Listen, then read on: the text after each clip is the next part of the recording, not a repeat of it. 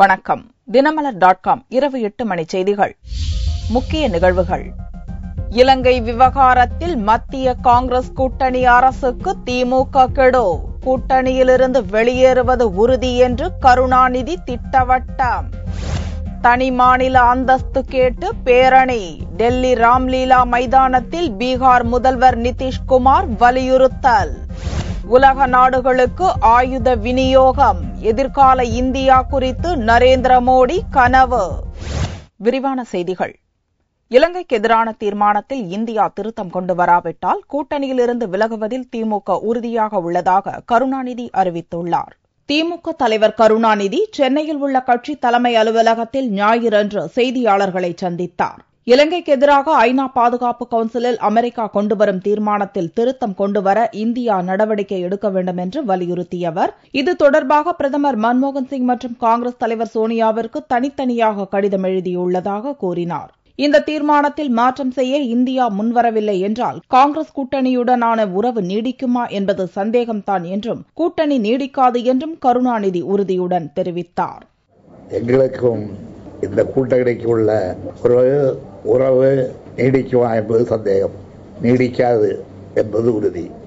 America ஏற்றுக்கொள்வதோ இல்லையோ, அதை கூட இந்தியா சொல்ல தவறினால் அது இலங்கை தமிழர்களுக்கு இழைக்கப்படும் பெருத்த அநீதி என்று நாங்கள் கருதுகிற காரணத்தால் தான் இந்த கூட்டணியிலே நீடிப்பதிலே அர்த்தம் இருப்பதாக தெரியவில்லை என்று நான் ஏற்கனவே சொல்லியிருக்கிறேன். அதையே இப்பொழுது சொல்லுகிறேன். போர்க்குற்றம் குறித்து சுதந்திரமான சர்வதேச விசாரணை குழு அமைக்க இந்தியா வலியுறுத்த வேண்டும் என்றும், குறிப்பிட்ட காலத்திற்குள் விசாரணையை முடிக்க நடவடிக்கை எடுக்க வேண்டும் என்றும் கருணாநிதி வலியுறுத்தினார்.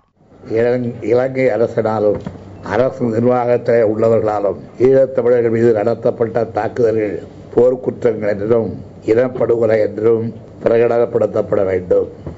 நம்பகத்தன்மை வாய்ந்த சுதந்திரமான பன்னாட்டு ஆணையம் ஒன்றை அமைத்து குறிப்பிட்ட கால வரையறைக்குள் இலங்கையில் நடைபெற்ற போர்க்குற்றங்கள், மனித இனத்துக்கு எதிரான குற்றங்கள், பன்னாட்டு மனித உரிமை மற்றும் மனிதாபிமான சட்ட மீறல்கள் மற்றும் தமிழர்கள் மீதான இனப்படுகொலை குறித்து விசாரணை நடத்தப்பட வேண்டும். மத்திய அமைச்சர் ப. சிதம்பரம் அமெரிக்கா கொண்டுவரும் தீர்மானத்தை ஆதரிக்கும் என்றும், மார்ச் 22ஆம் தேதி வரை காத்திருங்கள் என்றும் கூறியிருந்தார். இது தொடர்பாக பதிலளித்த திமுக தலைவர் கருணாநிதி, மத்திய அரசு சீரியஸாக இருக்க வேண்டும் என்றுதான் திமுக கூறுவதாக தெரிவித்தார். மத்திய அரசு சீரியஸாக ஆக்க வேண்டும் என்பதற்காகத்தான் இந்த திருத்தங்களை வலியுறுத்தி குறிப்பிட்டு இவற்றை இணைத்து அதன் அடிப்படையிலே விவாதித்து முடிவுகள் எடுக்கப்படாத பட்சத்தில் இலங்கையிலே வாழ்கின்ற தமிழர்களுக்கு நீதி கிடைக்க யாரும் முன்வரவில்லை என்றுதான் கனத்த இதயத்தோடு நாங்கள் முடிவுக்கு வர வேண்டியவர்களாக இருக்கிறோம். தீர்மானத்தில் திருத்தம் கொண்டு வராவிட்டால் இலங்கை தமிழர்களுக்கு அநீதி ஏற்படும் என்று கூறிய கருணாநிதி, சிங்களர்களும் புத்த பிட்சுக்களும் தமிழகத்தில் தாக்கப்படுவது சரியல்ல என்றும் கூறினார். தொடர்ந்து புறக்கணிக்கப்படும் பீகார் உள்ளிட்ட பிற்படுத்தப்பட்ட அனைத்து மாநிலங்களுக்கும் சிறப்பு அந்தஸ்தை மத்திய அரசு வழங்க வேண்டும் என்று பீகார் முதல்வர் நிதிஷ்குமார் வலியுறுத்தியுள்ளார். பீகார் மாநிலத்துக்கு சிறப்பு அந்தஸ்து வழங்க வலியுறுத்தி டெல்லி ராம்லீலா மைதானத்தில் அதிகார் பேரணி நடந்தது.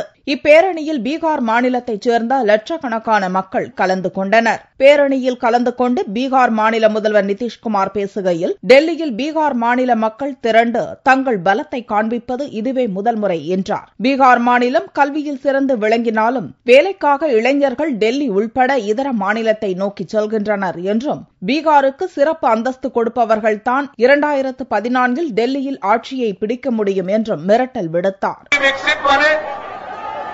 क्या हमारा हक नहीं बनता है कि हमारे रोजगार के अवसर बिहार में पैदा हो? हमारा भी हक बनता है, हमारा भी अधिकार है, विकास का अधिकार हमारा भी अधिकार है. हमारी उपेक्षा हुई है, हमारे साथ ठीक से व्यवहार नहीं हुआ. அதிகார் பேரணியில் ஐக்கிய ஜனதா தள தலைவர் சரத் யாதவ் உள்ளிட்ட முக்கிய தலைவர்கள் மற்றும் அமைச்சர்கள் கலந்து கொண்டனர்.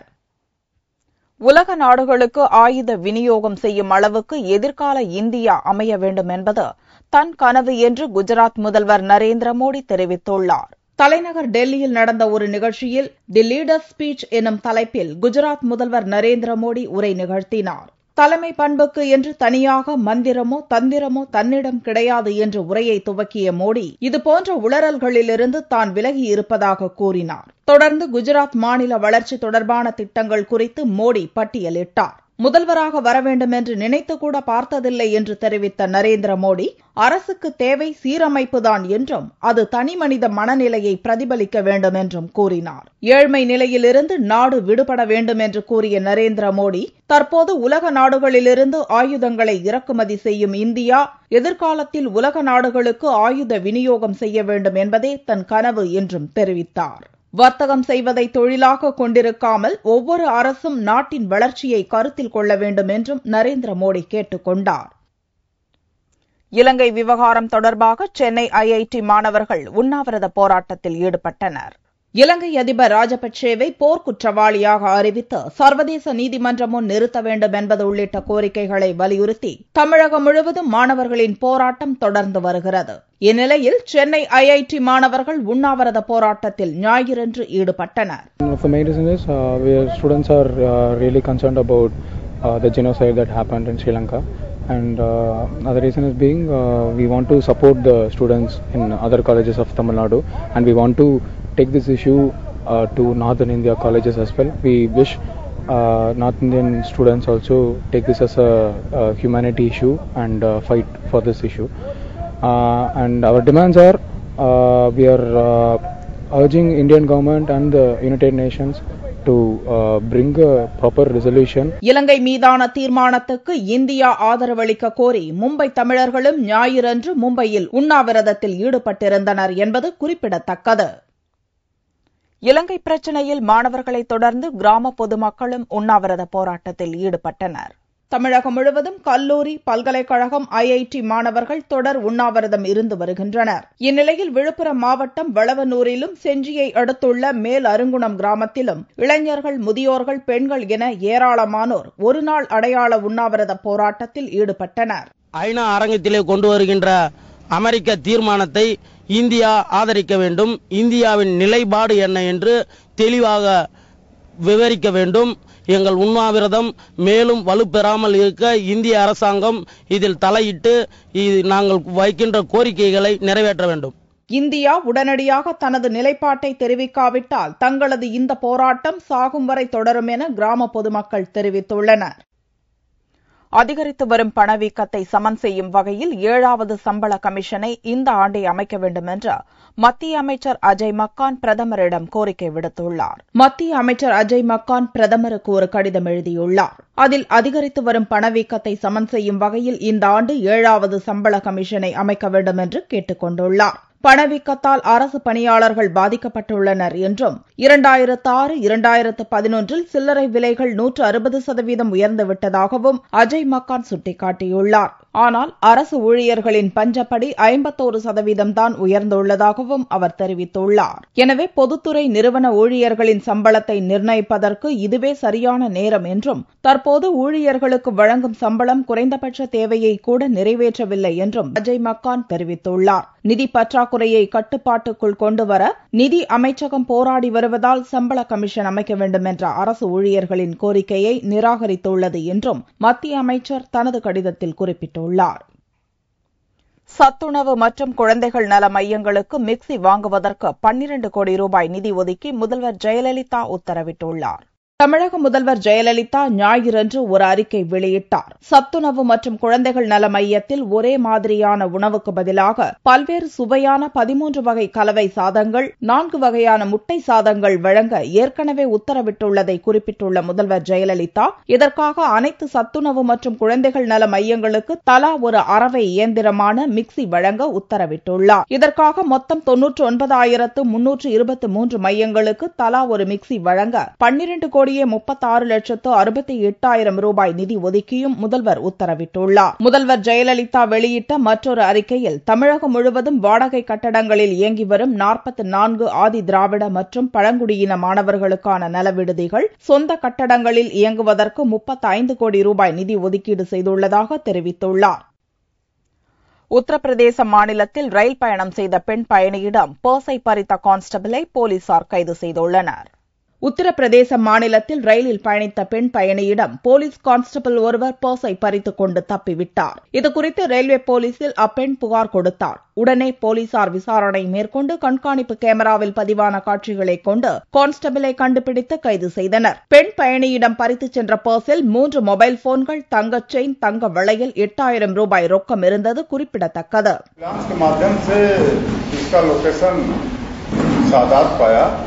और उसे हिकमत अमरीक से उसके सिम पर जो लगा कर मोबाइल चोरी का मोबाइल था उसको लगा कर चला रहा था और अपने मोबाइल फोन से बात किया और कहा कि मैं आपका दोस्त बोल रहा हूँ, हमारे साथ कई लोग हैं, आप रेलवे स्टेशन सादात पर आ जाओ. பாதுகாப்பு கொடுக்க வேண்டிய போலீஸ்காரரே பெண்ணிடம் பர்ஸ் திருடிச் சென்ற சம்பவம் அதிர்ச்சியை ஏற்படுத்தியுள்ளது. காட்டு எருமைகளின் அட்டகாசத்தால் பெரியகுளம் பகுதி விவசாயிகள் பெரும் இழப்பை சந்தித்து வருவதுடன் கடும் அவதிக்கும் ஆளாகியுள்ளனர். தேனி மாவட்டம் பெரியகுளம் பகுதியில் உள்ள கும்பகரை, மஞ்சளார், சோத்துப்பாறை, முருகமலை, செலும்பு, சின்னார், தேவதானப்பட்டி ஆகிய பகுதிகளில் சுமார் 80,000 ஏக்கர் பரப்பளவில் மா விவசாயம் மேற்கொள்ளப்பட்டு வருகிறது. இத்தொழிலை நம்பி 50,000த்திற்கும் அதிகமான விவசாயிகளும் விவசாய தொழிலாளர்களும் உள்ளனர். மலையடிவாரத்தை ஒட்டிய இப்பகுதிகளில் தற்போது காட்டெருமைகளின் அட்டகாசம் விவசாயிகளுக்கு பெரும் பிரச்சினையாக உள்ளது.